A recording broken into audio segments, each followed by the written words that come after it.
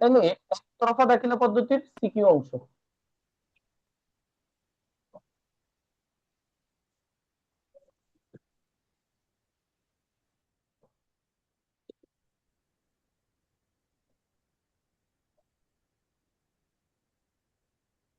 এই চ্যাপ্টারে বেসিক্যালি সিকিউতে 3টা প্রশ্ন হয়। কয়টা? 3টা। নর্মালি তো ক খ গ 3টে হয়, কিন্তু ক খ গ 3টা হলেও নর্মালি 3টা প্রশ্ন হয়, মানে 3 ধরনের। কারণ কতে অনেক সময় অন্য প্রশ্ন তো দিতে পারে, বাট এই চ্যাপ্টারে সাধারণত কতে প্রশ্ন দেয় প্রারম্ভিক ও সমাপনী মূলধন বের করো, সমাপনী মূলধন নির্ণয় করো। এটা খুবই সহজ প্রশ্ন এবং বেসিক প্রশ্ন। আমরা জানি, একটু আগে মূলধনের সূত্র নিচ্ছিলাম। প্রারম্ভিক মূলধনের সূত্র কি? প্রারম্ভিক সম্পদ বিয়োগ প্রারম্ভিক দায়। সমাপনী মূলধন সমাপনী সম্পদ বিয়োগ সমাপনী দায়। কোনো ভেজাল নাই। ক নম্বর, আমাদেরকে লাভ ক্ষতি বিবরণী তৈরি করতে বলে। কি বিবরণী? লাভ ক্ষতি। এটা আমরা একটু আগে যে লাভ ক্ষতি নির্ণয় পার্টটা দেখছিলাম, অনেকটা ওইটারই বিস্তারিত পার্ট। আর গ নম্বরে একটা বৈষয়িক বিবরণী তৈরি করতে বলে। বৈষয়িক বিবরণী মূলত আর্থিক অবস্থার বিবরণীর মতোই, বাট এটা পুরোপুরি আর্থিক অবস্থার বিবরণী না, কারণ এটা সঠিক আর্থিক অবস্থা নির্ণয় করতে পারে না।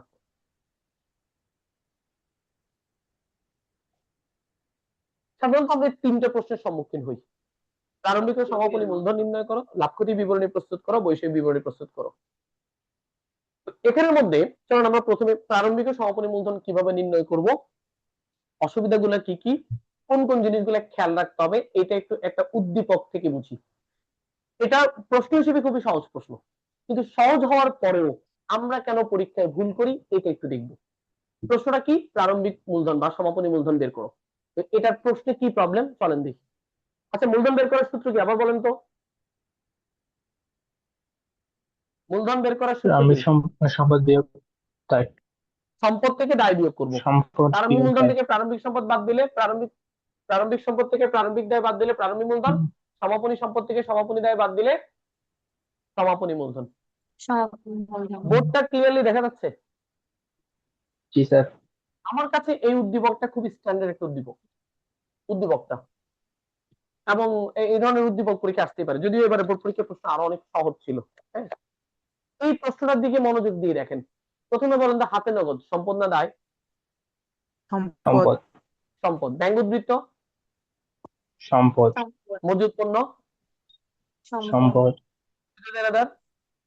সম্পদ। সম্পদ। সম্পদ। আসবাবপত্র? সম্পদ। দালান কোঠা? সম্পদ। সম্পদ। ঋণ? দায়। পাওনাদার? দায়। এগুলো আপনি চেনেন, কিন্তু এগুলো মানে সবাই চেনেন আপনারা। সম্পদ দায় সাধারণত মানে কারো সমস্যা হয় না। তাহলে সমস্যা হচ্ছে ওই দেখেন কিছু ব্র্যাকেটে একটা কথা লেখা আছে, প্রশ্নবোধক চিহ্ন আছে, এইগুলাতে আমাদের একটু প্রবলেম হবে। হাতে নগদে প্রারম্ভিকে টাকা আছে 75,000, সমাপনীতে টাকা আছে 1,40,000। কোনো কনফিউশন আছে? না স্যার। মানে এটা প্রারম্ভিক সম্পদ, এটা সমাপনী সম্পদ। বুঝছি? জি স্যার। আমি যখন প্রারম্ভিক মূলধন বের করবো তখন আমি 75,000 টাকা নিব, আর আমি যখন সমাপনী মূলধন বের করবো তখন আমি 1,40,000 টাকা বিবেচনা করবো। এবার সেকেন্ড লাইনে খেয়াল করেন, ব্যাংক উদ্বৃত্ত নিয়ে আপনাকে বিপদে ফেলবে। কোন কোন পয়েন্ট গুলো নিয়ে বিপদে ফেলবে এটা একটু খেয়াল করবেন। ব্যাংক উদ্বৃত্ত দুই ধরনের, একটা হচ্ছে ডেবিট উদ্বৃত্ত আর একটা ক্রেডিট উদ্বৃত্ত। একটা কি? ডেবিট উদ্বৃত্ত। আমরা জানি ব্যাংক জমা ডেবিট মানে সম্পদ না দায়? দায়। না সরি, সম্পদ। ব্যাংক জমা ডেবিট মানে সম্পদ। জমার ক্ষেত্রে কিছু না বললেই বুঝতে হবে এটা ডেবিট বা ব্যাংক জমা বা সম্পদ। ক্লিয়ার? কিন্তু যখন ব্র্যাকেটে ক্রেডিট বলে দিবে তখন এটা দায়, অর্থাৎ ব্যাংক জমাতিরিক্ত। তো সাধারণত ব্যাংক উদ্বৃত্ত লাইনটাতে অনেক সময় ব্র্যাকেটে ক্রেডিট বলে দেয়, অথবা টাকাটা ব্র্যাকেট আকারে থাকে, মানে মাইনাস আকারে থাকে। ব্যাংক জমার টাকা যদি মাইনাস আকারে থাকে বা ব্র্যাকেটে ক্রেডিট বলে দেয়, তাহলে বুঝতে হবে এটা ব্যাংক জমাতিরিক্ত। অন্যথায় যেটা পজিটিভ আছে এটা সম্পদ। বুঝছি? এইটা আমরা পরীক্ষায় ভুল করি অনেকে না বুঝে, একটু খেয়াল করেন। অনেকে বোঝেন, ভেরি গুড। যারা বোঝেন না শুধু তাদের জন্য। তাহলে আমরা দেখতেছি এখানে ব্যাংক উদ্বৃত্ত 80,000 টাকাটা আমাদের জন্য প্রারম্ভিক সম্পদ, কিন্তু 20,000 টাকাটা আমাদের জন্য সমাপনী কি হবে? দায় হবে, দায়। কারণ 20,000 টাকার ব্র্যাকেটে ক্রেডিট লেখা আছে, যেহেতু 20,000 টাকার ব্র্যাকেটে ক্রেডিট লেখা আছে তো এটা ব্যাংক জমাতিরিক্ত। ক্লিয়ার? জি স্যার। Okay sir. পরেরটা মজুদ পণ্য, এটা নিয়ে কোনো ভেজাল নাই। প্রারম্ভিক 70,000, সমাপনী 1,20,000, তাহলে দুইটাই সম্পদ, একটা প্রারম্ভিক একটা সমাপনী সম্পদ। বিবিধ দেনাদার, প্রারম্ভিকে 2 লাখ, সমাপনীতে 2.5 লাখ, কোনো সমস্যা নেই, 2 লাখ টাকা প্রারম্ভিক সম্পদ, 2.5 লাখ টাকা সমাপনী সম্পদ। যন্ত্রপাতি, আসবাবপত্র, দালান কোঠা, এইগুলাতে একটা প্রবলেম আছে, ঠিক এই জায়গাটা। তিনটা জিনিস, কয়টা কয়টা জিনিস? তিনটা তিনটা। কারণ আমি স্থায়ী এখন বিভিন্ন নোট বলবো, আপনারা পরবর্তীতে রেকর্ডটা শুনে শুনে ওই নোটগুলা সুন্দর করে লাল কালিতে খাতায় লিখবেন, যাতে যখনই খাতার দিকে দেখেন সিকিউর ক্ষেত্রে কি প্রবলেম আপনার চোখের সামনে যাতে ভাসে। এখানে অনেকে ফার্স্ট ইয়ারে, সেকেন্ড ইয়ারে সবাই ক্লাস করতেছেন, এটা যতদিন আপনি একটার পড়বেন ততদিন এটা খেয়াল রাখবেন। স্থায়ী সম্পদ, দীর্ঘমেয়াদী বিনিয়োগ বা বিনিয়োগ, আর 3 নম্বর হচ্ছে ঋণ বা দীর্ঘমেয়াদী ঋণ। এই তিনজনের ক্ষেত্রে মনে রাখবেন, প্রারম্ভিকে যদি টাকা থাকে সমাপনীতেও টাকা থাকতে হবে। কি বলছি? প্রারম্ভিক প্রারম্ভিক টাকা যদি সমাপনী টাকা তো টাকা থাকে থাকতে হবে। সমাপনীতেও টাকা থাকতে হবে। এর আগে একটা ব্যাপার ক্লিয়ার করি, যে কোনো উপাদানের যে কোনো সম্পদ এবং দায়ের প্রারম্ভিক অথবা সমাপনীতে টাকা নাও থাকতে পারে, খুবই স্বাভাবিক। যেমন আমি ধরে নিচ্ছি আমার হাতে নগদ, সমাপনীতে কোনো টাকা নেই, না থাকলে এটা জিরো, না থাকলে কি জিরো। একতরফার অঙ্ক করার সময় উদ্দীপকে কোনো কিছুর প্রারম্ভিক অথবা কোনো কিছুর সমাপনীতে টাকা না থাকলে আমরা সেখানে কি মনে করব? জিরো।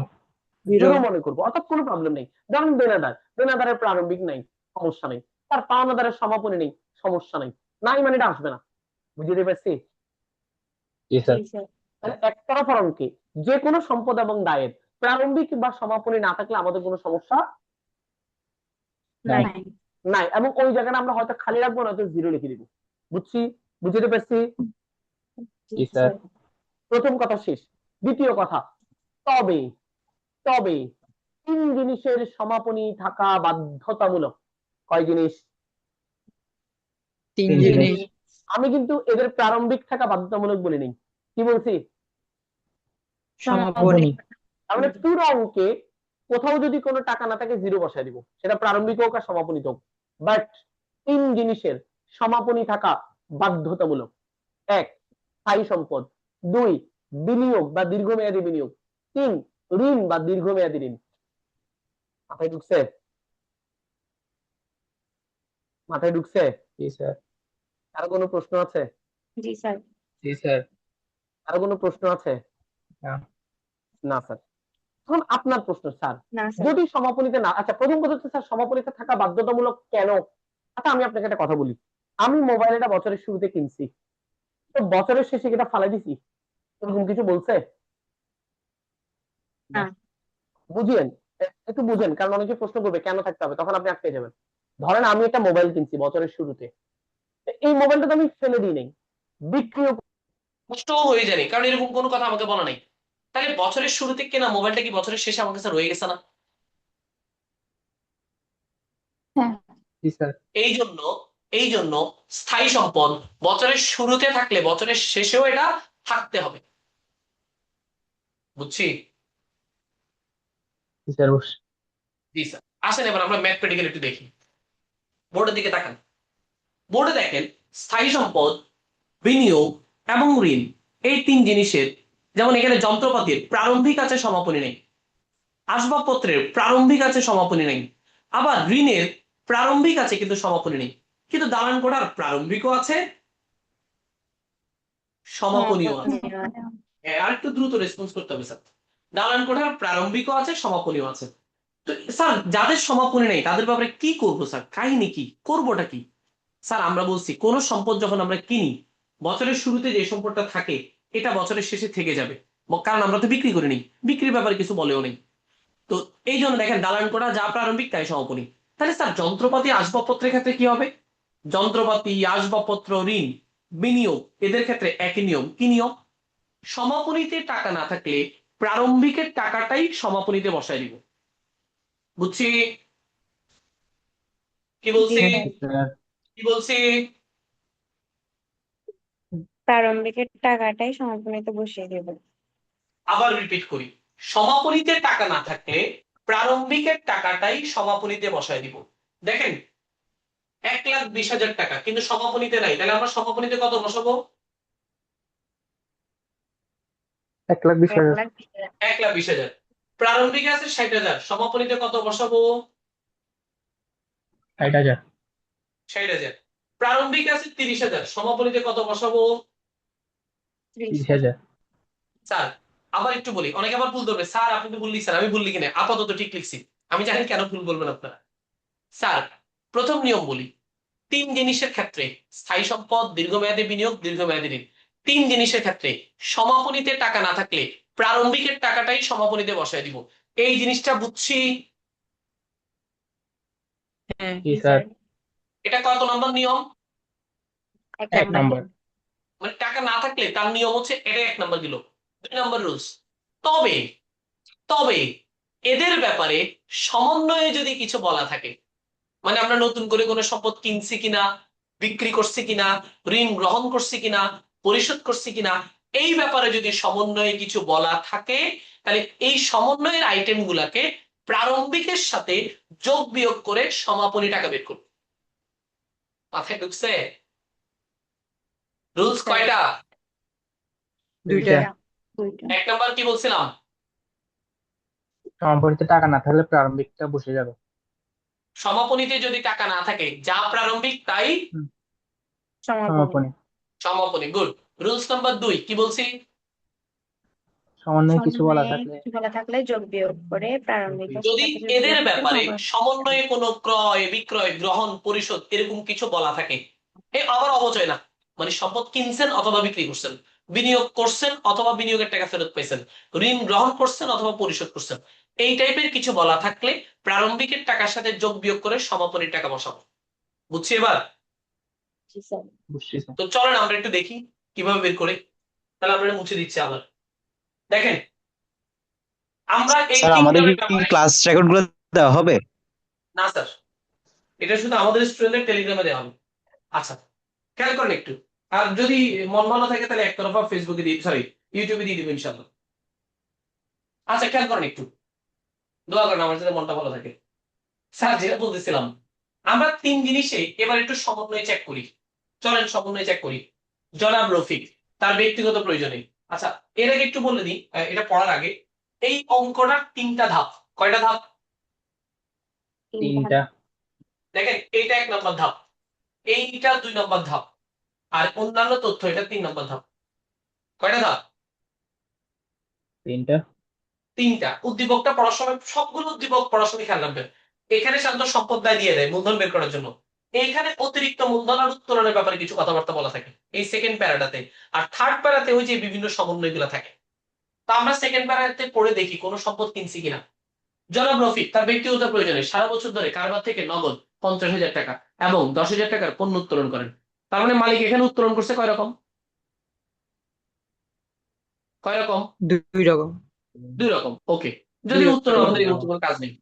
1 এপ্রিল 2018 তারিখে, তারিখটা খেয়াল করেন, 1 এপ্রিল 2018 তারিখে মালিক তার ব্যক্তিগত মোটর লরি 1 লক্ষ টাকায় বিক্রয় করে, মালিক তার মোটর লরি 1 লক্ষ টাকায় বিক্রয় করছে। কত টাকায়? 1 কত লক্ষ। টাকায়? লক্ষ টাকা 1 লাখ টাকা।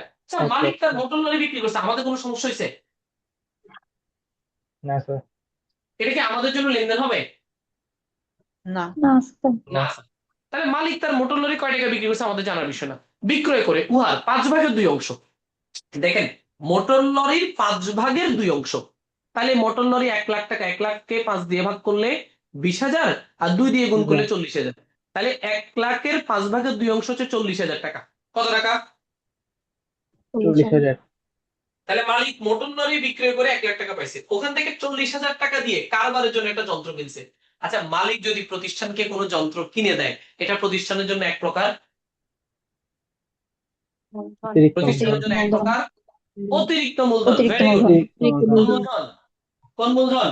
অতিরিক্ত মূলধন। অতিরিক্ত মূলধন ভেরি গুড, ভেরি অতিরিক্ত গুড। মূলধন তাহলে অতিরিক্ত মূলধন কয় টাকা? 40,000। 40,000। 40,000। আচ্ছা এই 40,000 টাকার যন্ত্র কিনছে না? জি স্যার জি স্যার তাহলে প্রতিষ্ঠানে যন্ত্র বাড়বে না কমবে? বাড়বে পারবে তাহলে আমরা বলতে পারি না 1,20,000-এর সাথে 40,000 যোগ করলে আমাদের যন্ত্রের পরিমাণ 1,60,000। স্যার জি স্যার আমরা কি বলতে পারি? জি স্যার স্যার আমরা বলতে পারি? হ্যাঁ হ্যাঁ স্যার জি স্যার দেখেন আমরা কিন্তু প্রথমে জানতাম যন্ত্রপাতি 1,20,000 1,20,000, ওটাই অ্যান্সার ছিল। যন্ত্রপাতি 1,20,000 হবে সমাপনীতে। বাট সমন্বয় যেহেতু বলছে নতুন করে যন্ত্র কিনছি, তাহলে যন্ত্রপাতি বাড়বে না কমবে না আগের মতো থাকবে? পারবে বাড়বে বাড়বে। তাহলে নতুন যন্ত্র কয় টাকা হবে টোটাল?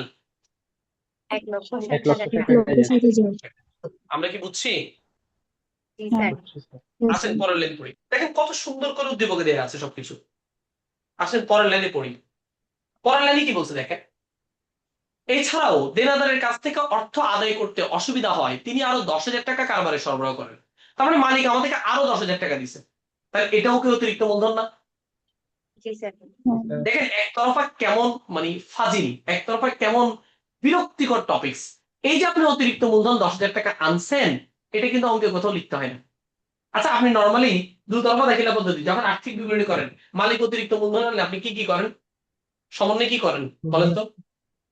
মূলধনের সাথে যোগ আপনি একবার মূলধনের সাথে যোগ করেন, আরেকবার নগদের সাথে যোগ করেন না? কথা বলে না কেন? সব মরছে না আছে না গেছে? আপনারা আছেন? স্যার আপনার আছি কথা স্যার শোনা যাচ্ছে না আমার কথা ডিস্টার্ব শোনা যাচ্ছে না কেন? নেট ডিস্টার্ব করতেছে নেট ডিস্টার্ব আরে নেটে করতেছে কাজে না ডিস্টার্ব করা, নেটে কাজে ডিস্টার্ব করা, সমস্যা নেই, বাংলাদেশের নেট তো। আচ্ছা যেটা বলতেছিলাম, আমরা কি বলতেছিলাম জানি, যে দুতরফা দাখিলা পদ্ধতি আমরা যখন আর্থিক বিবরণী করি অতিরিক্ত মূলধন আনলে আমরা কি কি করি? মূলধনের সাথে যোগ নগদ নগদের সাথে যোগ করি কিন্তু এখানে আমরা নগদের সাথে যোগ করি না, কিন্তু করবো না, বুঝছি? হুম, এখানে জাস্ট মালিক 10,000 টাকা আনছে অতিরিক্ত মূলধন, কয়বার বসবে? একবার একবার তাহলে সংখ্যার সাথে মিলছে? না না সংখ্যার সাথে মিলছে না? হ্যাঁ একতরফা দাখিলা পদ্ধতি কোন কোন লেনদেন একবার লিপিবদ্ধ করে, যেমন এই যে 10,000 টাকা অতিরিক্ত মূলধনটা। কিন্তু যন্ত্রপাতি বাবদ যে টাকা আনছেন এটা একবার যন্ত্রপাতির সাথে যোগ, আরেকবার মূলধনের সাথে যোগ, এটা কিন্তু দুইবার করছে। তাহলে একতরফা দাখিলা কোন কোন লেনদেন একবার লিপিবদ্ধ করে, কোন কোন লেনদেন দুই পক্ষে লিপিবদ্ধ করে, কোন কোন লেনদেন একদমই লিপিবদ্ধ করে না। বুঝতে পারছি? জি স্যার জি স্যার। তাহলে এই সেকেন্ড প্যারা থেকে আমরা কি কি পেলাম?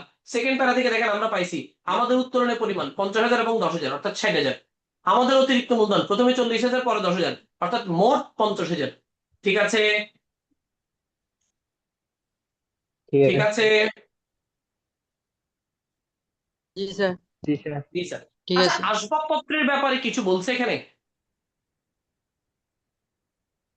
না না না বলে নাই। তাহলে আসবাবপত্রের ক্ষেত্রে যা প্রারম্ভিক তাই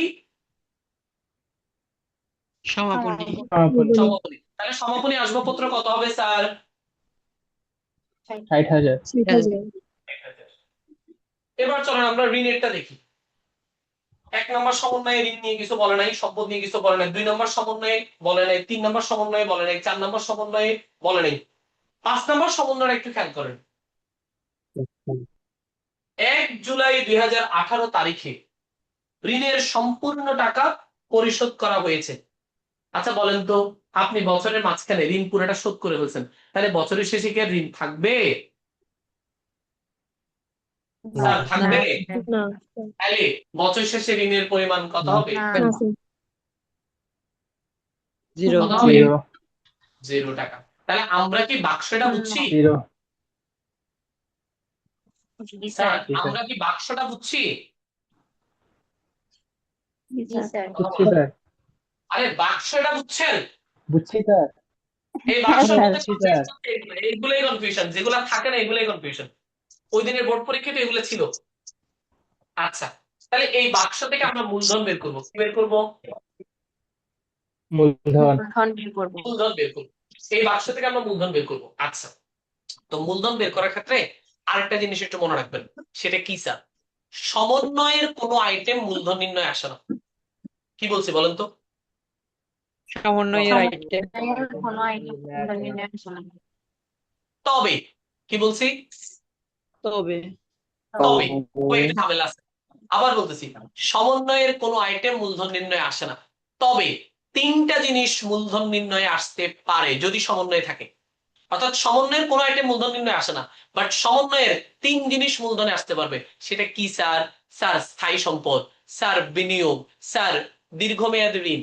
এই তিন জিনিস যদি ক্রয় অথবা বিক্রয়, গ্রহণ বা পরিশোধ, এই টাইপের কোনো কথা থাকে সমন্বয়ে নতুন করে, সেটা মূলধন নির্ণয় আসবে। স্যার যেমন একটা উদাহরণ দেন।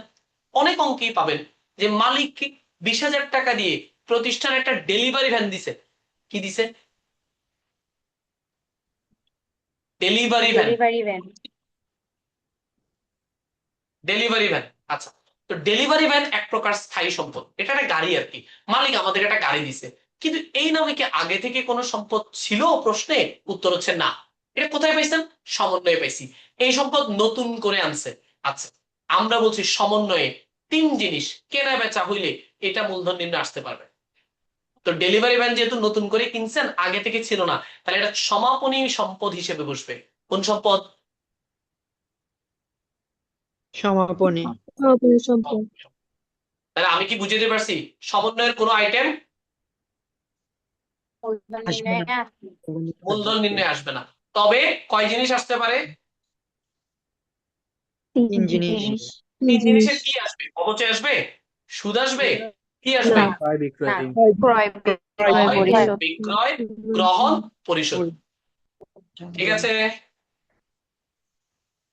তাহলে স্যার আমরা মূলধন নির্ণয় পারবো? জি স্যার। জি স্যার। এবার মূলধনের ক্ষেত্রে আরেকটা পয়েন্ট একটু বলি, মানে আরেকটা উদ্দীপক একটু দেখাই। এই উদ্দীপকের কাহিনী শেষ।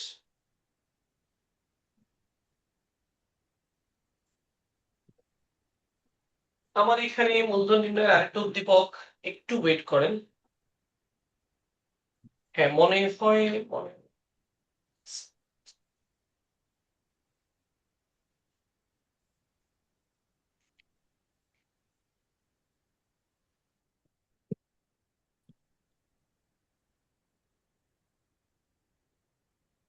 3 নম্বর সৃজনশীল।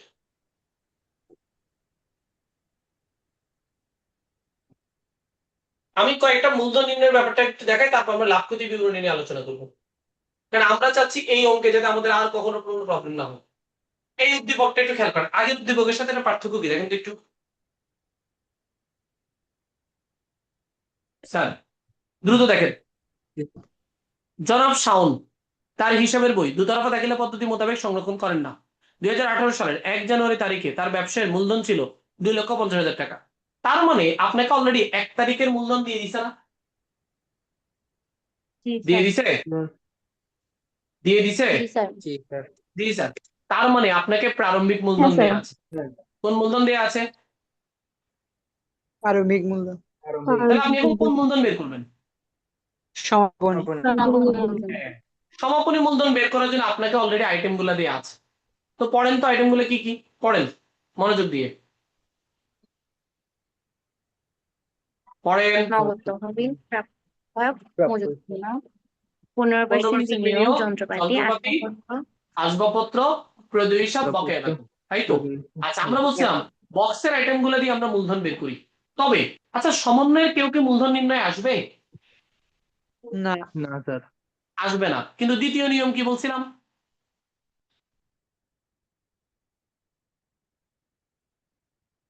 বলেন। সেকেন্ড রুলস কি বলছিলাম? ওমা, খাই বলছে। সেকেন্ড রুলস ছিল সমন্বয়ে যদি কোনো স্থায়ী সম্পদ কিনি, যদি কোনো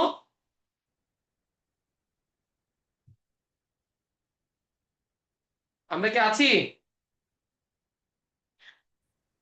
স্যার আসছে। স্যার আমরা আমরা কতটুকু দিকে আটকে গেছিলাম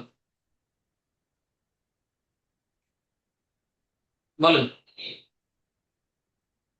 কতটুকু দিকে কি আটকেছিলাম? শুনতেছি? জি স্যার। জি স্যার, বলতে হবে তো স্যার। কোথায় কি আটকে গেছিলাম? সমন্বয় আসে না মূলধন নির্ণয়। আচ্ছা, তাহলে নরমালি আমরা জানি সমন্বয়ের কোনো আইটেম মূলধন নির্ণয় আসে না, কিন্তু দেখেন তো এই লাইনটা পড়েন। 2018 সালের 1 জুলাই তারিখে তিনি ব্যবসায়ের জন্য 40,000 টাকা দিয়ে একটা মোটর গাড়ি কিনছেন। আচ্ছা, মোটর গাড়ি কি এক প্রকার স্থায়ী সম্পদ না? স্থায়ী সম্পদ তাহলে নতুন করে উনি যেহেতু স্থায়ী সম্পদ কিনছেন, এটা কি মূলধন নির্ণয় আসবে? আসবে। আসবে। তাহলে আমরা নিচে একটা সম্পদ অ্যাড করব, মোটর গাড়ি 40,000 টাকা। আমি কি বুঝাতে পারছি? জি স্যার। জি স্যার। জি স্যার। তাহলে এই ধরনের অঙ্কগুলোতে আমরা অনেক সময় এটা ভুল করি, এটা লিখি না, বাদ পড়ে যায়। তাহলে মূলধন নির্ণয় একটু সচেতন হবেন। আরেকটা অঙ্ক দেখাতে পারলে ভালো হইতো, যেখানে প্রারম্ভিকের টাকাটা থাকে কিন্তু সমাপনী টাকাগুলো থাকে না, সাধারণত মিসিং থাকে। কারণ আমি ওখানে একটু বের করি, আমার বইটাকে দেখি কত নম্বরে আছে।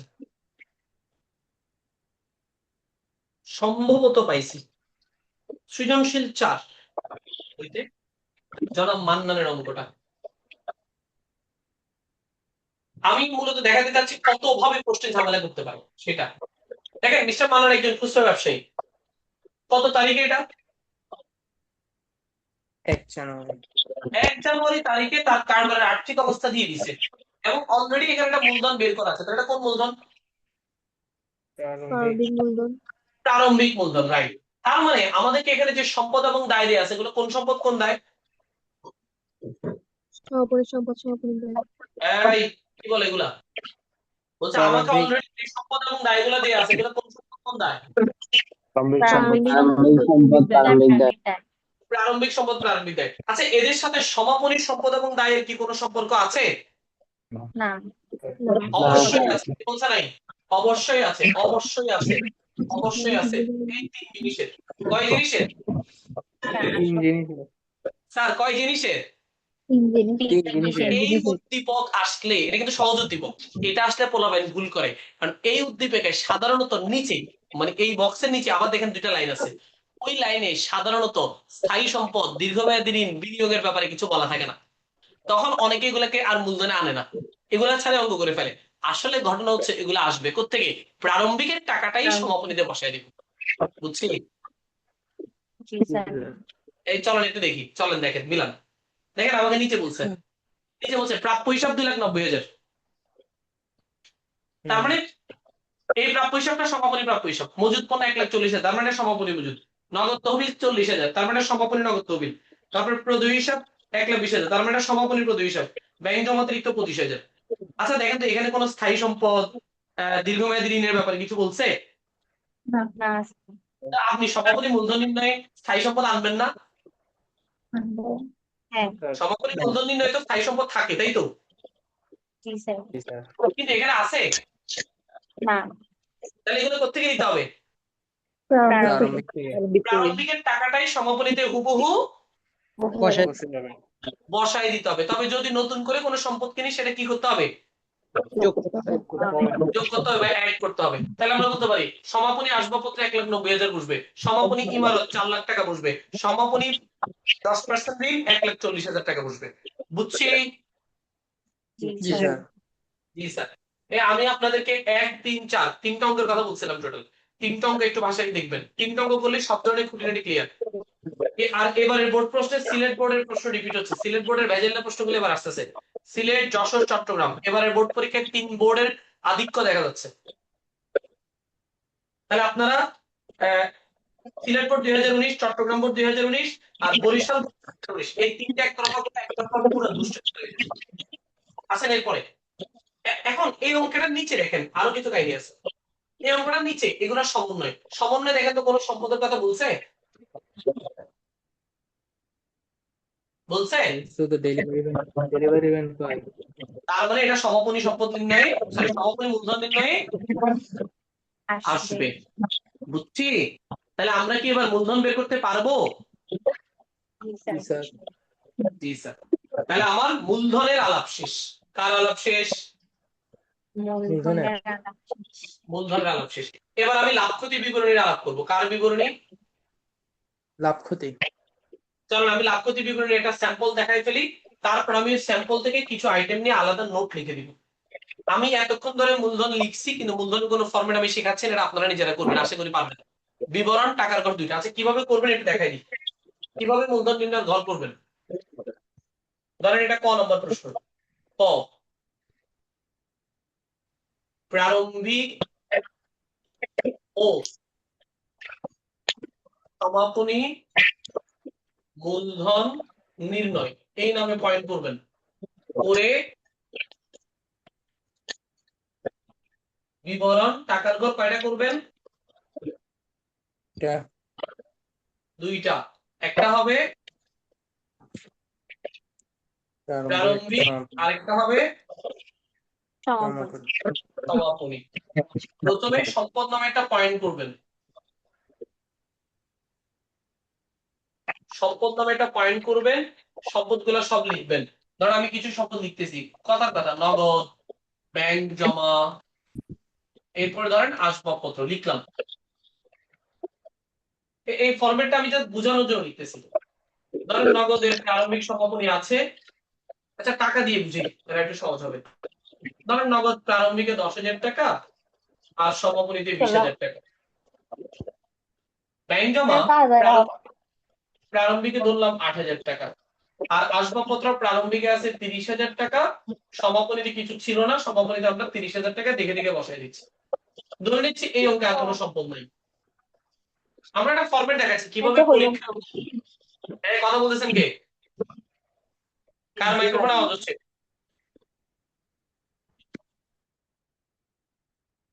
স্যার, তো এবার খেয়াল করেন 10,000 8 18, 18 30 48,000, এটা হচ্ছে সমাপনী সম্পদ বা সমাপনী মোট সম্পদ। 30,000 20 50,000। তাহলে প্রারম্ভিক মোট সম্পদ 48,000, সমাপনী মোট সম্পদ 50,000। এটার নাম দিলাম মোট সম্পদ। এবার আমরা মূলধন বের করার জন্য সম্পদ থেকে দায় বাদ দিই, তাহলে আমরা নিচে লিখবো বাদ দায় সমূহ। ধরে নিচ্ছি দায়ের প্রথমটা ব্যাংক জমা অতিরিক্ত। ব্যাংক জমা অতিরিক্ত বছরের শুরুতে ছিল না, বছরের শেষে ধরে নিচ্ছি 3,000 টাকা। আর অন্যদিকে 10% ঋণ ধরে নিচ্ছি 15,000, এখানেও 15,000। শেষ, আর কোনো দায় ধরেন নাই। এবার আপনি কি করবেন? জাস্ট সম্পদ থেকে দায় বাদ দিবেন। 48 থেকে 15 বাদ দিলে 33,000 টাকা। আর এদিকে 50 থেকে 18,000 বাদ দিলে 32,000। 32,000 টাকা। তাহলে আমরা বলতে পারি আমাদের প্রারম্ভিক মূলধন কত? 33,000 টাকা। আর সমাপনী মূলধন? 32,000 টাকা। তাহলে আমরা এখানে এটার নাম লিখবো মূলধন। শেষ। তাহলে মূলধন নির্ণয়ের ফরম্যাটটা কি বুঝছি আমরা? অঙ্ক পারবো? জি স্যার। জি স্যার। মূলধনে আমাদের আর কোনো প্রবলেম হবে? না স্যার। না স্যার। না স্যার, স্যার ইনশাআল্লাহ। বলেন স্যার। স্যার যে কথা বলে তার স্ক্রিনটা একটু সামনে আসে, এটা কি অফ করা যাবে? যে কথাগুলো বুঝি নেই, সরি। স্যার যে কথা বললে তার স্ক্রিনটা একটু সামনে আসে, এটা কি অফ ও করা ও, যাবে? মানে এটা এটা এটা নিয়ম হচ্ছে আপনি আপনি অফ করতে পারবেন। এটা আমি অফ করি না, এটা আমাদের স্টুডেন্ট সবাই জানে। আপনি যে স্ক্রিন দিয়ে ক্লাস করতেছেন মোবাইল দিয়ে, ওই মোবাইলের স্ক্রিনে ডান থেকে বাম দিকে ভাবে সোয়াইপ করেন। ওই জন্য স্ক্রিনশট ভিডিও সোয়াইপ করলে দেবেন, ওখানে অনেকগুলা মানে স্ক্রিন দেখা যাচ্ছে, অনেকগুলো ছোট ছোট। তার মধ্যে একটার মধ্যে আমাকে দেখা যাচ্ছে, ওটার মধ্যে ডাবল ক্লিক করেন, তাহলে পুরো ক্লাসে শুধু আমাকে দেখা যাবে আর কাউকে দেখা যাবে না। ঠিক আছে? Okay sir. আচ্ছা, ঠিক ধন্যবাদ আছে। স্যার। তাহলে আমাদের মূলধন শেষ। এবার আমরা কোথায় যাব? লাভ ক্ষতি বিবরণী। কোন বিবরণী? কোন বিবরণী? লাভ লাভ লাভ লাভ ক্ষতি ক্ষতি। বিবরণী। তো লাভ ক্ষতি বিবরণীর জন্য আমি কিছু কমন কথাবার্তা বলবো, আপনারা ফটাফট লিখে ফেলবেন। জনাব রফিক, ফরম্যাট লিখতেছি। আমি এটা ফরম্যাট লিখে দিচ্ছি স্যার, কোনো অঙ্ক না। আপনি পড়া অঙ্কের মান বসাবেন আর কি। জনাব রফিক, লাভ ক্ষতি বিবরণী ধরে নিচ্ছি 2025 সালের 31 ডিসেম্বর তারিখে সমাপ্ত বছরের জন্য। এই লেখাগুলো নিয়ে কেউ অবহেলা করবেন না স্যার।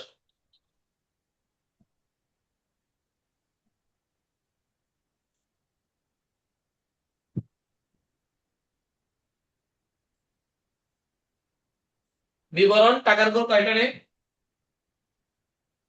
3টা। তিনটা। বিবরণীটার নাম লাভ ক্ষতি বিবরণী। আমরা একটু আগে লাভ ক্ষতি নির্ণয় নামে একটা পয়েন্ট পড়ে আসছিলাম এমসিকিউ তে, তো ওইটা এখানে কাজে লাগাবো। আপনারা কি আমার সাথে লিখবেন নাকি পরে লিখবেন? স্যার লিখি। না বোঝেন তাহলে আপাতত, তাহলে মনে হয় ভালো হয় না? স্যার বুঝি। বুঝতে থাকেন, আমি রেকর্ডটা দিব ইনশাআল্লাহ, সমস্যা নেই। আচ্ছা উপরে লেখাটা বুঝছেন তো? কি কি লিখবেন? জনাব রফিক লাভ ক্ষতি বিবরণী 2025 সালের 31 ডিসেম্বর তারিখে সমাপ্ত বছরের জন্য, এটা লিখবো। আচ্ছা, এবার আসেন যোগ পাশে আপনি কি কি বসাবেন, আমি একবার মুখস্থ বলে দিচ্ছি, পরে আমরা আবার লিখে দিব। যোগ পাশে কি কি আনবেন আমার সাথে মনোযোগ দেন। 1 নম্বরে সমাপনী মূলধন আসবে, কি আসবে? সমাপনী মূলধন। 1 নম্বরে কি আসবে? সমাপনী মূলধন। আচ্ছা, সমাপনী মূলধন আপনি কোথায় পাবেন বুঝছেন কি? কোথায় পাবেন বলুন তো? বের করতে হবে। বের করতে বের হবে। করতে হবে, তোমার প্রশ্নে দেয়া কেন থাকবে। বের করবেন? আপনি ক নম্বরে বের করছেন না, আবার বের করবেন কেন? না, ক নম্বরে? আপনি ক নাম্বার থেকে দেখে দেখে লিখবেন, বের করবেন কেন আবার? বের তো করছি আমরা। তাহলে সমাপনী মূলধন কোথায় পাবো? অ্যান্সার হবে কি? কতে পাবো। কোথায় পাবো? কতে? কতে? রাইট। কতে? হ্যাঁ, ঠিক এখানে বলবেন। বের করবেন কেন বলতেছেন? তার কতে অনেক সময় প্রারম্ভিক বলা যায়। সমাপনী মূলধন ক নাম্বারে বের করতে বলবে, এটা মোটামুটি নিশ্চিত। আচ্ছা, আর যদি বের করতে না বলে বের করে নেবেন, মানে খ নাম্বার করার আগে এটা বের করে নেবেন। আবার অনেক সময় খতে প্রশ্নে বলেই দেয় সমাপনী মূলধন এত টাকা ধরে, তখন তো ধরবেন। ঠিক আছে, জি স্যার। সমাপনী বের মূলধন করতে হবে স্যার, ওটা টিকা দিতে হবে না? বুঝিনি আবার বলেন। বের করবে যে ওটা টিকা দিতে হবে না স্যার ঠিক লাস্টে? আছে, আগে ওটা বের করবেন গণনা কার্য দিয়ে। কি দিয়ে? আচ্ছা, গণনা কার্য। গণনা কার্য দিয়ে আগে বের করে নেবেন, তারপর আপনি বসাবেন এবং টাইটেলটা দিবেন গণনা কার্য, এবার খ নাম্বার করার আগে করবেন। বুঝছি? বুঝছি স্যার। আচ্ছা, সমাপনী মূলধন আমরা সেকেন্ড কলামে থার্ড কলামে বসাতে পারি, কোনো অসুবিধা নেই তো। সেকেন্ড কলামেও বসাতে পারি, থার্ড কলামেও বসাতে পারি। তো আমি একটু থার্ড কলামে বসাইছি, তার সাথে আমি যোগ করব প্রথমে উত্তোলন। কি যোগ করব? উত্তোলন। উত্তোলন। তবে উত্তোলন দুই ধরনের। কয় ধরনের? দুই ধরনের। একটা হচ্ছে নগদ, আরেকটা হচ্ছে পণ্য। পণ্য। একটা হচ্ছে নগদ, আরেকটা হচ্ছে পণ্য। পণ্য। তবে নগদের মধ্যে একটা ঝামেলা আছে। কার মধ্যে? নগদের নগদ। মধ্যে। নগদের মধ্যে। কি ঝামেলা? দেখেন আমি বলি, আমি ভাই প্রতিষ্ঠানের একজন মালিক, তা আমার বিল্ডিংটা ধরেন, মানে আমার অফিসটা 4 তলায়। কয় তলায়? 4 তলা। তলায়। তা আমি অফিস থেকে বের হওয়ার সময় স্বাভাবিকভাবে অফিস থেকে 5,000 টাকা নিয়েছি, বলছে এটা আমি নিয়ে যাচ্ছি। মালিক প্রতিষ্ঠান থেকে টাকা নিলে তাকে কি বলে? উত্তোলন। উত্তোলন। কোন উত্তোলন? নগদ উত্তোলন। নগদ উত্তোলন। আমি 5,000 টাকা নিয়ে বিল্ডিং থেকে নিচে নামছি, নামার পরে আমার কাছে একটা ছোট্ট টেবিল খুব পছন্দ হয়েছে হঠাৎ করে, যে এটা অফিসে থাকলে মনে একটু সুন্দর লাগবে। অথবা ধরেন আমার একটা ফুলদানি পছন্দ হয়েছে, যে এটা অফিসে থাকলে মনে ভালো লাগবে। তখন আমি পকেটে হাত দিচ্ছি, ওই যে অফিস থেকে মাত্র 5,000 টাকা নিচ্ছে, ওগুলো পকেটে ছিল। ফুলদানিটার দাম ধরেন 2,000 টাকা। কয় টাকা? 2000। 2000। ওই 5,000 টাকা থেকে 2,000 টাকা দিয়ে আমি ফুলদানি কিনে নিয়ে আসছি, এনে আবার 4 তলায় উঠে অফিসে এটা রাখছি। আচ্ছা বলেন তো, এই যে ফুলদানিটা কিনলাম, আমার পকেট থেকে টাকা গেছে না? হ্যাঁ, কিন্তু এই টাকাটাকে আমি বাড়ি থেকে আনছি, না। প্রত্যেকে ইউজ করছি প্রতিষ্ঠান উত্তোলনের টাকা থেকে, প্রত্যেকে। উত্তোলন। হ্যাঁ, এই জন্য অনেক সময় দেখবেন বলবে নগদ উত্তোলনের মধ্য থেকে 2,000 টাকা দিয়ে একটা সম্পদের কথা বলবে, একটা আসবাবপত্র ক্রয় করা হলো, তখন ওই টাকাটা আসবাবপত্রের সাথে যোগ করবেন আর উত্তোলন থেকে বিয়োগ করবেন, মূলধনে আসবে না। মাথায় ঢুকছে কি? মাথায় ঢুকছে সবার? কি স্যার? এটা মাঝে মাঝে দেয় স্যার, এই ধরনের একটা লাইন থাকে। Yes, sir. তাহলে তাহলে আমরা দেখি, তাহলে নগদ উত্তোলন থেকে যদি আপনি কখনো কোনো সম্পদ কেনেন, ধরে নিচ্ছি যন্ত্রপাতি ক্রয়, ধরে নিচ্ছি এটা যন্ত্রপাতি কিনতে পারি, আসবাবপত্র কিনতে পারি, যা ইচ্ছে কিনতে পারি, তাহলে আমরা এটা নগদ উত্তোলন থেকে বিয়োগ করব, বিয়োগ করে একটা টাকা পাবো। এই টাকাটা একচুয়াল নগদ উত্তোলন। এটার সাথে এবার পণ্য উত্তোলন যোগ করে দিব। কোন উত্তোলন? পণ্য পণ্য উত্তোলন যোগ করবে, যোগ করে এই উত্তোলনটাকে বাইরে পাঠাবো। তাহলে আমরা কি উত্তোলনের ব্যাপারটা ক্লিয়ার হয়েছি? অনেক সময় শুধু ক নাম্বারে উত্তোলনের পরিমাণ বের করতে বলতে পারে, এবং উত্তোলনের পরিমাণে 3টা কাজ আসবে, এই জন্যই বের করতে বলবে। ঠিক আছে স্যার, কতে কিন্তু নতুন কোনো প্রশ্ন আসে না, কতে অঙ্কের যে কোনো একটা পার্ট তুলে দেয় আসলে। আচ্ছা এবার আসেন, তাহলে সমাপনী মূলধন আসলো, উত্তোলন আসলো, এবার আসবে উত্তোলনের সুদ। কার সুদ? উত্তোলন। উত্তোলনের উপর সাধারণত গড় হারে 6 মাসের সুদ ধরা হয়। কত কত মাসের? 6 মাস। 6 মাসের। আর উত্তোলনের সুদ নিয়ে অংশীদারের কিছু ভিডিও আছে, ওগুলো দেখে নেবেন আমার। তাহলে উত্তোলনের সুদ কিভাবে বের করে ওখানে শিখবেন। তাহলে সমাপনী মূলধন, উত্তোলন, উত্তোলনের সুদ। এরপরে কি আসবে স্যার? এরপরেরটাই গুরুত্বপূর্ণ জিনিস। তাহলে বলেন প্রথমে কি আসছে? সমাপনী মূলধন। মূলধন, সমাপনী তারপরে কি আসবে? মূলধন, তারপরে কি? উত্তোলন, তারপর তারপরে উত্তোলনের সুদ, উত্তোলনের উত্তোলন। সুদ, হ্যাঁ, এবার কি আসবে? এবার দুইটা জিনিস আসবে। কয়টা? দুইটা। দুইটা দুইটা। কি কি? একটার নাম হচ্ছে স্যার বকেয়া আয়। কি আয়? বকেয়া আয়। বকেয়া আয়। স্যার কেন?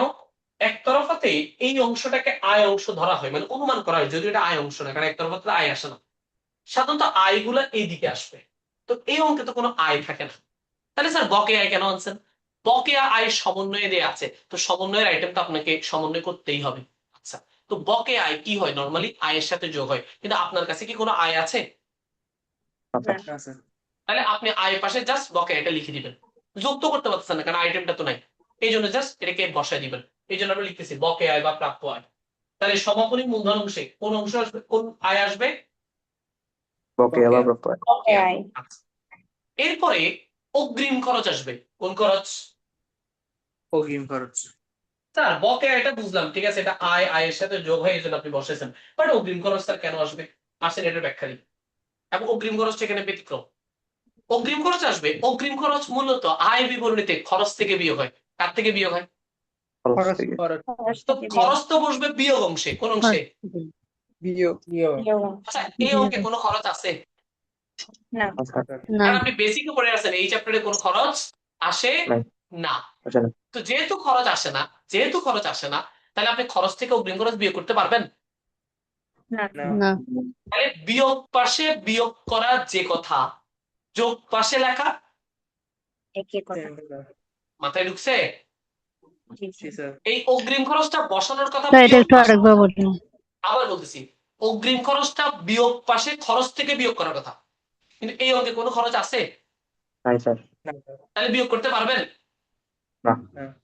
এই জন্য এটাকে আমরা যোগ পাশে লিখে দিচ্ছি, মানে উল্টা হিসাব বিজ্ঞানে যে কোনো কিছু, যদি ধরেন ডেবিট দিকে একটা আইটেম বিয়োগ করার কথা, কিন্তু ডেবিট দিকে ওই আইটেমটা নাই, তাহলে বিয়োগ করতে পারতেছেন না, তাহলে ক্রেডিট দিকে লিখে দেন। ডেবিট দিকে বিয়োগ করা যে কথা, ক্রেডিট দিকে লেখা সেম কথা। যেমন একটা উদাহরণ বলি, পুঞ্জীভূত অবচয়ের নাম শুনছেন? জি স্যার জি স্যার। পুঞ্জীভূত অবচয় কোন দিকে বসে? সম্পদ পাশে না? সম্পদ। ক্রেডিট, সম্পদ পাশে না? জি না স্যার। না, সম্পদ আর্থিক অবস্থার বিপরীতে সম্পদ পাশে না? সম্পদ পাশে। কিন্তু হ্যাঁ আপনি সম্পদ, নগদ প্রবাহ বিবরণীর অনেক উদ্দীপকে পাবেন, নগদ প্রবাহ বিবরণীর অনেক উদ্দীপকে পাবেন, আবার অনুপাতের উদ্দীপকে পাইতে পারেন। পুঞ্জীভূত অবচয় অনেক সময় দায় পাশে দেয়া থাকে। স্যার এটা কি দায়? উত্তর হচ্ছে না। তাহলে দায় পাশে দিছে কেন? সম্পদ পাশে বিয়োগ করা যে কথা, দায় পাশে লেখা একই কথা। সেম কথা। ঠিক আছে। মাথায় ঢুকছে? জি স্যার। জি, তাইলে স্যার অগ্রিম খরচের ব্যাপারটা ক্লিয়ার কিনা দেখেন তো। বুঝছি? জি স্যার। আরেকটা জিনিস আছে। স্যার আর কয়টা? এখানে কি যোগ যোগফল বা যোগের অ্যামাউন্টে পরিবর্তন হওয়ার কোনো সম্ভাবনা থাকে? যোগফল তো এখন বের করে নেই, অ্যামাউন্ট আসবে কোথা থেকে? না রাশিদ? মানে স্যার বললেন যে স্যার সম্পদ পাশে না লিখে আমি যদি দায়িত্ব ও সম্পদ আচ্ছা আচ্ছা পাশে আচ্ছা বাদ আচ্ছা, না ওই দিয়ে যদি পুঞ্জীভূত দায় অবচয়ের পাশে কথা লিখি। বলতেছো? না না না না, যোগফলে কোনো জি স্যার। পরিবর্তন হবে না, একই হয়। আচ্ছা ঠিক আছে, ওকে। আসেন, মানে যোগফল দুই পাশ তো, সম্পদ দায় মালিকানার সাথে যোগফল তো দুই পাশ পরস্পর সমান হবে। আচ্ছা, তাহলে স্যার অগ্রিম খরচ লিখলাম। আরেকটা জিনিস আসবে, সেটা হচ্ছে ওইটাও মূলত বকেয়া আয়, কিন্তু আমি এটাকে একটু আলাদা করে লিখতেছি, নাহলে আপনি ভুলে যাবেন। সেটা হচ্ছে বিনিয়োগের সুদ। কার সুদ? বিনিয়োগের সুদ। বিনিয়োগের, কারণ বিনিয়োগের সুদ আমরা যেটা বের করি এটা পুরোটাই বকেয়া আয়, ঠিক না? বিনিয়োগের সুদ আমরা যেটা আর্থিক বিবরণী বা একতরফা করার সময় নির্ণয় করি, এটাকে আগে পাইছি টাকাটা, না ভবিষ্যতে পাবো? না, ভবিষ্যতে পাবো পাবো, যে। এটা বকেয়া। ভবিষ্যতে তাহলে পাবো। দেখেন, আমরা মোট কয়টা আইটেম লিখছি? 5টা 6টা। 6টা। মুখস্থ করেন। আসেন প্রথমে, সবার আগে কে আসছিল? মুখস্থ। সমাপনী সবার আগে কে ছিল? সমাপনী মূলধন। সমাপনী মূলধন, 2 নাম্বার। উত্তোলন। পরে যখন উত্তোলন, রেকর্ড দেখবেন আমার সাথে সাথে কোরাস করবেন, পরে যখন রেকর্ডটা দেখবেন আবার আমার সাথে তো কোরাস করবেন, মানে নিজে নিজে কোরাস করবেন। 1 নম্বরে কে আসবে? সমাপনী সমাপনী মূলধন, মূলধন। 2 নাম্বার সম্পন্ন মূলধন, উত্তোলন, উত্তোলন, উত্তোলন। 3 নাম্বার উত্তোলনের উত্তোলনের সুদ, 4 নাম্বার বকেয়া আয়। বকেয়া আয়, বকেয়া। 5 নাম্বার অগ্রিম খরচ, অগ্রিম খরচ। অগ্রিম 6 খরচ, নাম্বার এন্ড লাস্ট বিনিয়োগের সুদ। বিনিয়োগের সুদ। বিনিয়োগের সুদ। আমরা কি বুঝছি? জি জি স্যার। স্যার জীবনে কোনোদিন এর বাইরে একটা ওয়ার্ডও স্যারে দিবে না। আচ্ছা, এর বাইরে যদি স্যারে কোনো ওয়ার্ড না দেয়, প্রশ্ন কঠিন করার সুযোগ আছে? আচ্ছা। নো। বুঝছি। আপনারা খালি স্যার প্রশ্ন কি কঠিন করবে, আরে ভাই কঠিন মানে কি? স্যার এমন কিছু দিবে যে আমরা পারি না, তো আমরা কেন আগে থেকে পারবো না এটা ঠিক করে ফেলি। আমরা একটা চ্যাপ্টার ধরবো, এটার খুঁটিনাটি সব শেষ করবো, স্যারের জায়গা থেকে ছেড়ে দিই। আমরা এতক্ষণ মূলধন কিভাবে বের করবো ক্লিয়ার করছি, স্যারে কতভাবে ঘুরাইতে পারে সব দেখছি না। জি স্যার তাহলে স্যারে কি এর বাইরে কি Yes, আর sir. ঘুরানোর সুযোগ আছে? না। না তাহলে আর সমস্যা নেই, তাহলে এই প্রশ্ন কঠিন হওয়ার কোনো চান্সই নেই। প্রত্যেকটা চ্যাপ্টারে আপনি এভাবে পড়ে যাবেন, তাহলে ভুল হওয়ার কোনো সুযোগ নেই। যেমন দেখেন আজকে সেকেন্ড পেপারের প্রশ্নে সমচ্ছেদ বিন্দুর এমন অঙ্ক দিয়েছে যেটা রেগুলার আসে, কিন্তু প্রশ্নটা খুবই সহজ অঙ্ক, খুবই সহজ। এটা এর আগে 2টা বোর্ডে আসছে মাত্র, 2বার আসছে অনলি, একবার 16 সালে একবার 19 সালে, এবং 19 সালে যশোর বোর্ড 2019 আসছে। তো ওই অঙ্ক আজকে তুলে দিছে। এই অঙ্কটা দেখে তো অনেকে ভয় পেয়েছে, কারণ এই অঙ্ক সবাই করে না, বাদ দেয়, কারণ এটা টেস্ট পেপারে অ্যাভেলেবেল না। বলে আমাদের টেস্ট পেপার পড়ে খালি বোর্ডের দোষ, বোর্ড এটা করছে কেন, প্রশ্ন কঠিন করছে কেন। আর ভাই তুমি পড়ো নাই, টেস্ট পেপার পড়লে আপনাকে কমন পড়বে এই নিশ্চয়তা কে দিছে? আপনাকে একটা চ্যাপ্টারে সবকিছু পড়ে যেতে হবে, প্রশ্ন যে কোনো অ্যাঙ্গেল থেকে করতে পারে। আমাদের কনসেপ্ট বুক থেকে প্রশ্ন কমন পড়ার কারণ কি? আমরা কি প্রশ্ন বাছাই করছি? তোরছে না। আমরা সকল কনসেপ্টকে এক জায়গায় আনছি, নাম দিছি কনসেপ্ট বুক, এবং কনসেপ্ট বুকে কিন্তু আমি কোনো ধরনের ম্যাথ বাদ দিইনি। এই জন্যই কনসেপ্ট বুক থেকে কমন করতেছে। কারণটা কিন্তু এটা, কারণটা এই না যে আমরা এটাকে শর্টকাট করছি এখান থেকে আসবে না, ব্যাপারটা এমন না। আমরা কোনো ধরনের কনসেপ্টই বাদ দিই, কারণ এর বাইরে কিছু আসবে না। হ্যাঁ, প্রশ্ন কমাই ফেলছে, অনেক কম দিছি, এই অল্প কয়টা করলে পুরো অ্যাকাউন্টিংটা কাভার হয়েছে। যাই হোক স্যার, এরপরে আসেন।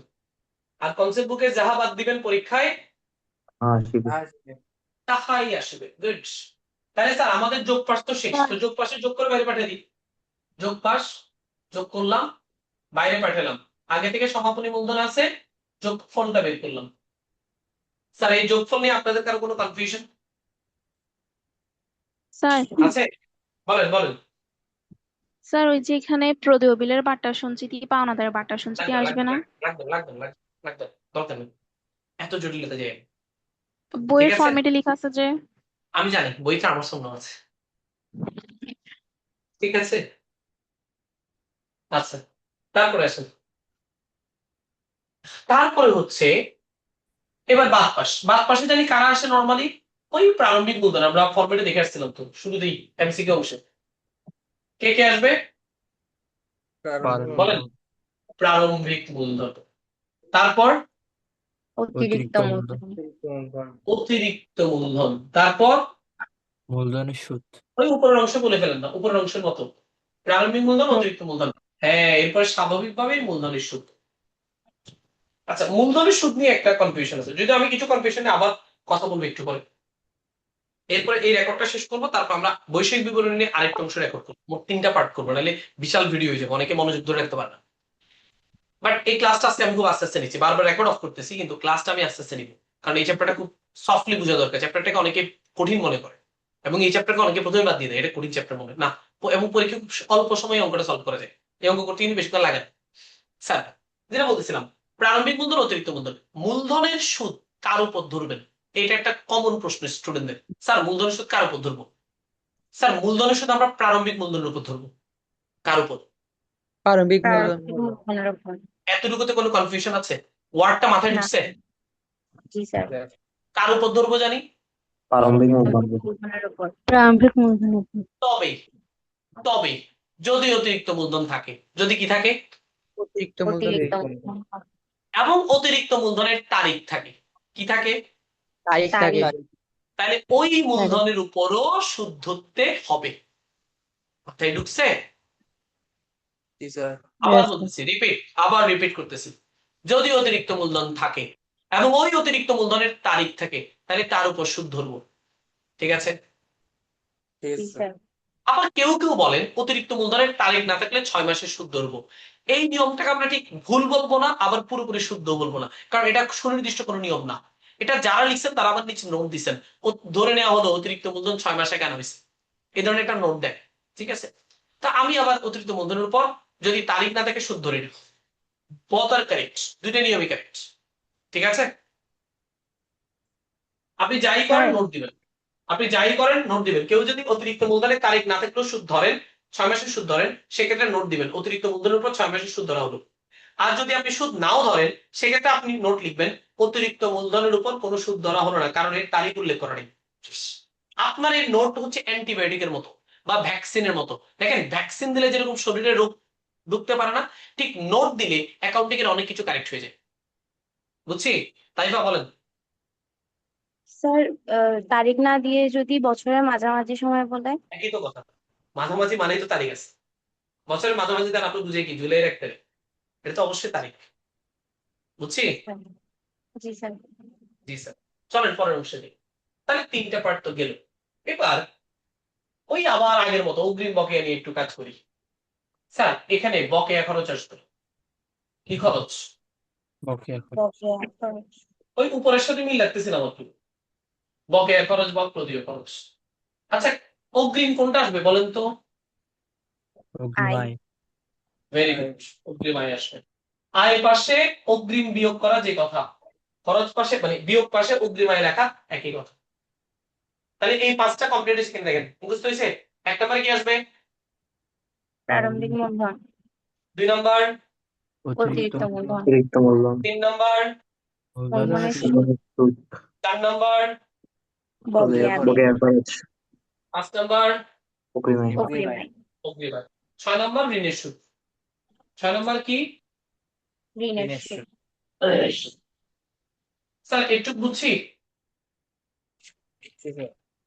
জি স্যার। স্যার আমাদের এবার স্যার আসেন। আমাদের হ্যাঁ বলো বলো। অনাদায় কথা আমাদের লিখবা না, অনাদায় লিখবা এতে। অনাদায় বাকি সামনে পড়া যাবে বাবা, ভবিষ্যতে এখন যাই না, আগে অতীতে থাকো। কি আসবে না আসবে আমি বলবো একটা একটা করে, আমি আমার নিয়মে যাচ্ছি, ওয়েট এন্ড সি। আচ্ছা স্যার এই 6টা মুখস্থ হয়েছে আমাদের। জি স্যার। প্রথমে কে?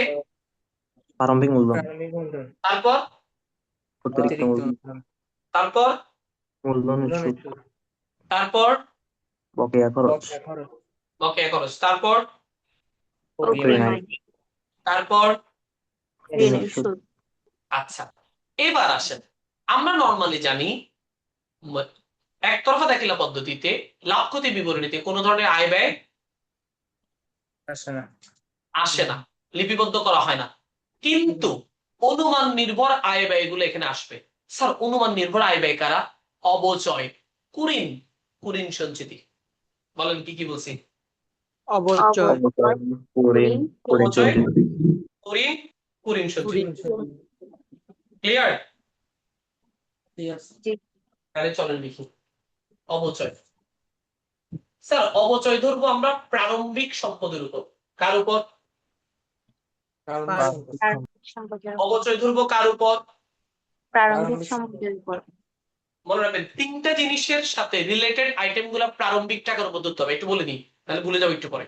ঋণের সুদ, বিনিয়োগের সুদ, সরি স্থায়ী সম্পদ, ঋণ, বিনিয়োগ, এই 3 জিনিসের সাথে আমরা যা কিছু ধরি, কি কি ধরি? ঋণের সুদ ধরি, বিনিয়োগের সুদ ধরি, স্থায়ী সম্পদের অবচয় ধরি। এই 3টা জিনিস কাউন্ট করা হবে কোন টাকার উপর? প্রারম্ভিক, প্রারম্ভিক প্রারম্ভিক টাকার উপর। কোন টাকার উপর? প্রারম্ভিক টাকা। তবে বছরের মাঝখানে যদি নতুন করে কোনো সম্পদ আনি তখন তারিখ অনুযায়ী বাড়তি সম্পদটার উপর অবচয় ধরতে হবে। বছরের মাঝখানে যদি নতুন করে কোনো সম্পদ আনি তারিখ অনুযায়ী বাড়তি সম্পদটার উপর কি ধরতে হবে? অবচয়, অবচয় ধরতে হবে। ঋণের ক্ষেত্রেও সেম কথা, বিনিয়োগের ক্ষেত্রেও সেম কথা। মাথায় ঢুকছে? জি স্যার। তাহলে অবচয় ধরবেন কোন সম্পদের উপর? প্রারম্ভিক সম্পদের উপর। আর যদি অতিরিক্ত সম্পদ কেনেন, মানে যদি বছর নতুন করে কোনো সম্পদ কেনেন তার উপর তারিখ অনুযায়ী অবচয় ধরবেন। ঠিক আছে? জি স্যার। লাস্ট 2টা লাইন, কুরিন বা অনাদায়ী পাওনা, প্রথম কলামে বসবে প্লাস নতুন কুরিন সঞ্চিতি। এই নতুন কুরিন সঞ্চিতি ধরার ক্ষেত্রে একটু সাবধান। এই চ্যাপ্টারে এগুলোই সমস্যা, কখনো প্রারম্ভিক কখনো সমাপনী, কি কাহিনী। কুরিন এবং কুরিন সঞ্চিতি কাউন্ট করা হবে সমাপনী দেনাদারের উপর। কার উপর? সমাপনী দেনাদারের উপর। দেখেন অবচয়, ঋণের সুদ, বিনিয়োগের সুদ ধরতেছিলাম প্রারম্ভিকের উপর, বাট কুরিনের ক্ষেত্রে সমাপনী দেনাদার যেটা, মানে সমাপনীর মধ্যে দেনাদারের যে টাকাটা লেখা আছে সেখান থেকে কুরিন বাদ দিবেন, বাদ দিয়ে যা থাকবে তার উপর কুরিন সঞ্চিতি ধরবেন। ক্লিয়ার? জি যেহেতু স্যার। কথাগুলো রেকর্ড থাকবে পরবর্তীতে রেকর্ড করা কথাগুলোকে বারবার শুনে বারবার লিখবেন, খাতায় লিখে ফেলবেন এগুলা। এই রুলস গুলা আজীবন আপনার কাছে লাগবে। তাহলে স্যার কুরিন আর কুরিন যদি যোগ করে বাইরে পাঠাইছি, আশা করি আমাদের বিয়োগ পাস কমপ্লিট। এবার লাস্ট কলামে আগে থেকে একটা যোগফল ছিল, ওই যোগফল থেকে এই বিয়োগফলটা বাদ দিলে আমরা একটা অ্যান্সার পাবো। এই অ্যান্সারটা লাভ হইতে পারে, ক্ষতিও হতে পারে। ক্ষতি হইতে পারে। যদি পজিটিভ আসে লাভ, আর যদি নেগেটিভ আসে ক্ষতি। ক্ষতি। নিট লাভ বা নিট ক্ষতি। এখানে কোন লাভ পাইছি? নিশ্চয়। লাভ নিট বা লাভ। নিট ক্ষতি। একতরফা দাখিলা পদ্ধতিতে মোট লাভ বের করা যায় না। কোন লাভ বের করা যায় না? মোট লাভ। মোট লাভ। এবং আজকে এই পর্যন্ত অনেক টাইম হয়ে গেছে। 12টা